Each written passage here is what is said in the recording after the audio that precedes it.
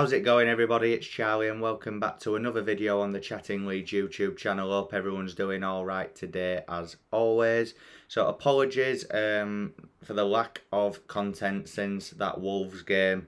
I've had a crazy few days. Obviously I'm in the process of buying my first house with my girlfriend, so we've had a few bits and bobs to sort out with that. So yeah, apologies, it's just been a mad few days. Just before I get into this video as well, in case you haven't seen, I have set up the chance for you guys to become a member on the Chatting Leeds channel for just £1.99 a month. If you just click that join button on the channel, then you'll be able to see all the perks that you get, your loyalty badges, your custom emojis.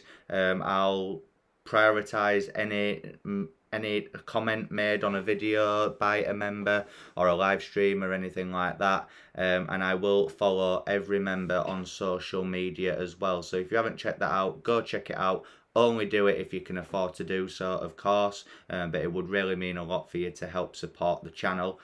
Smash that like button, please subscribe, and yeah, let's get into the main purpose of this video, and that is to try and predict which three teams are going to go down this season. Now, usually I wouldn't touch upon this subject. Obviously, last season we didn't need to worry. But as Leeds United are kind of floating around in those relegation spaces at the minute, I just thought I'd touch upon it and just give my overall opinion.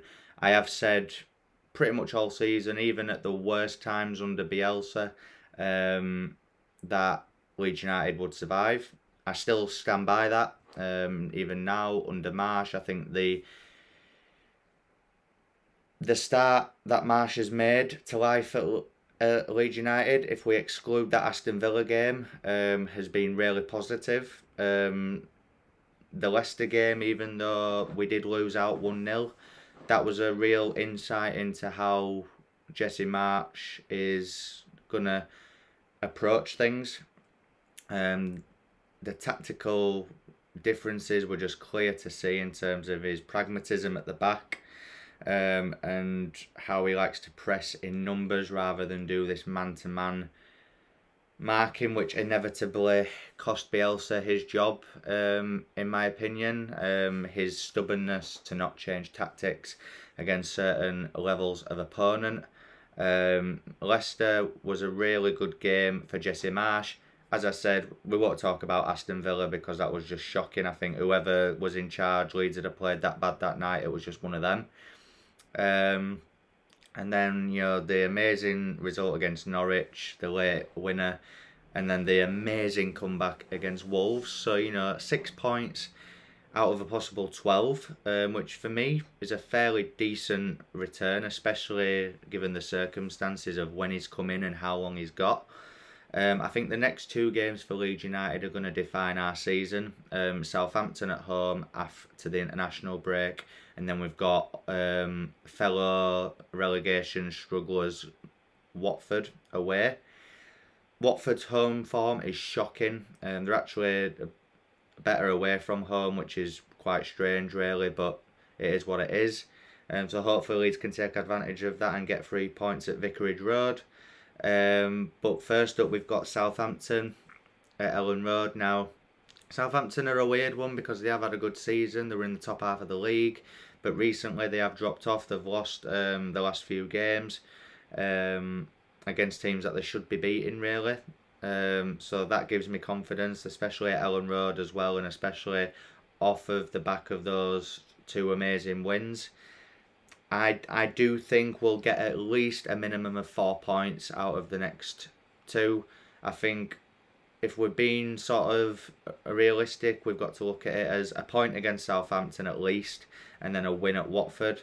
I think if we get between either 4 or 6 points out of this next two, then Leeds United will be safe. I know we've got to play Chelsea, Arsenal and Man City. The Chelsea and City games are at home. I'm not saying that'll be an advantage for us. I think Chelsea is one where I think we could maybe nick a point at home. I think City's an absolute write-off, I must admit. I don't think it'll be quite 7-0 like it was at the Etihad, but I do think they'll win that game quite comfortably. And Arsenal away, you know, Arsenal are in really good form. I fancied them to finish in 4th. So you could maybe argue that that's a write-off as well. All the other games are winnable, but I just think these next 2 are going to define our season. So then, the teams below us at the minute, Everton are just below us, and then the bottom 3 at the minute stands as Burnley, Watford and Norwich. Now, Everton have got an atrocious run-in. They've got such a bad fixture list upcoming. You know, they've got West Ham away, Burnley away, and then Man United at home. West Ham away, on paper you should say that's a West Ham win. Burnley away, Turf Moor is not an easy place to go to. I actually fancy Burnley to beat Everton there, I really do. And then they've got Man United at home, which Man United haven't got a great record at Everton, but I still fancy Scum to win that game, I do. And then, you know, if the other teams around them pick up a point here, a win there, Everton could get dragged straight into that bottom 3.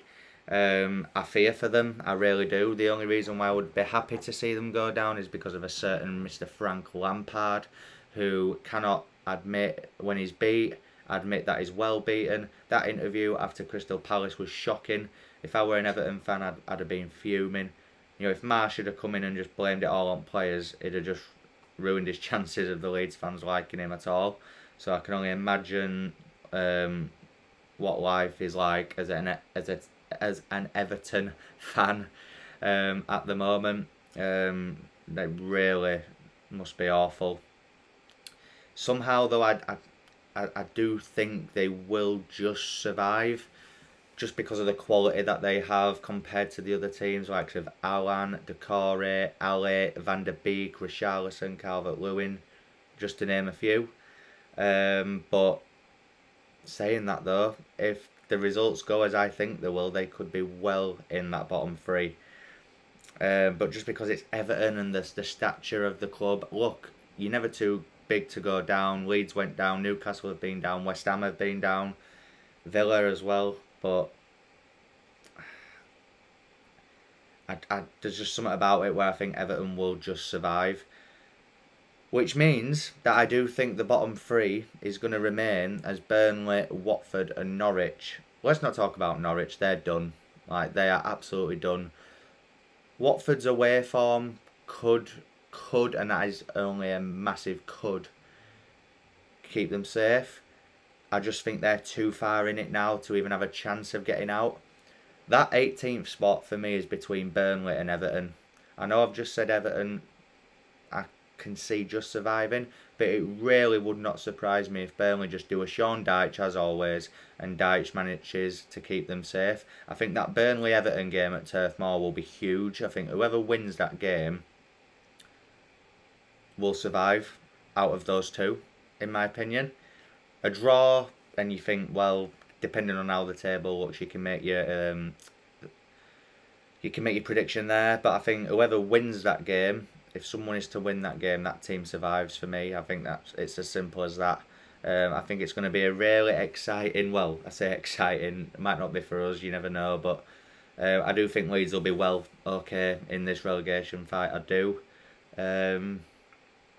Yeah, I think we just need to get this season over with, we need to regroup, sell whoever needs to be sold, bring in the players that we need to bring in, and hopefully Marsh can have the whole summer to implement his ethos, his ideas, and hopefully we can just push on next season.